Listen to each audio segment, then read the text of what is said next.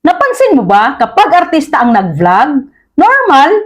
Kapag influencer nag-content, wow! Pero kapag kapitbahay mo ang nag-vlog, biglang may issue. Feeling sikat? Wala bang trabaho yan? Papansin? Bakit ganon? Kasi minsan, hindi sila galit sa pag-vlog mo, na-trigger lang sila. Na-trigger kasi may lakas ka ng loob na gawin yung bagay na sila hindi kayang simulan. Mas madaling manghusga kaysa sumubok.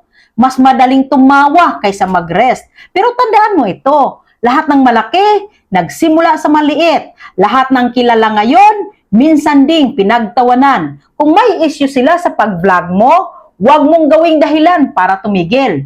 Gawin mo yung dahilan para mas paghusayan. Keep posting, keep growing, at huwag mong hayaan ang opinyon ng kapitbahay ang magdikta ng future mo. Ano sa palagay mo?